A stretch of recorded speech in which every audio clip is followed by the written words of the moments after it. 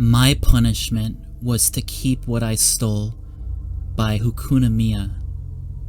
Each morning when I wake up, I open the chest where I keep my son. I stroke his small skull and murmur, "Good morning," although I know he can no longer hear me. I hope he doesn't think I've abandoned him. I hope he knows I never will. When my son died of a fever, I refused to let him go. He was only a baby, and all that I had left. So I turned to the stories my own mother had told me, the rituals and legends I'd learned in childhood.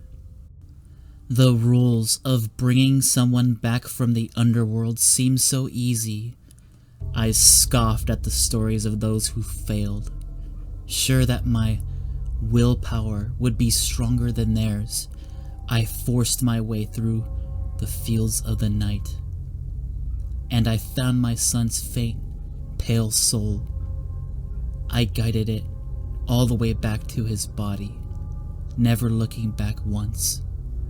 When I saw my son open his eyes again and smile at me, I thought I had made the right choice. He laughed, he ran, he played just as he had before. I even believed I could pretend nothing had happened. Then a few days later, I saw the rot creeping up his skin. At that moment, I realized my mistake. I hadn't restored my son to life. I had only brought his soul back to his corpse. I tried to comfort him as his body swelled and decayed.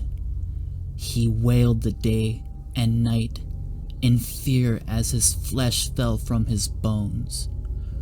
Only when his throat rotted away did he stop screaming. I attempted to return to the underworld, to return my son's soul, but the way would not open to me again. I cheated death, and my punishment was to keep what I had stole. When his ligaments finally broke down, I gathered his bones and placed them in the antique chest I inherited from my mother. Only the best would do for my son. Sometimes my son's bones still lie inside the chest for hours, even days, and I dare to hope that his soul found its way back to where it belongs.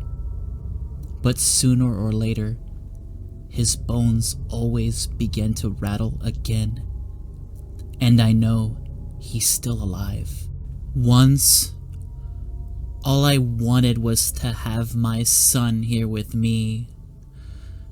But now I would give anything for him to die.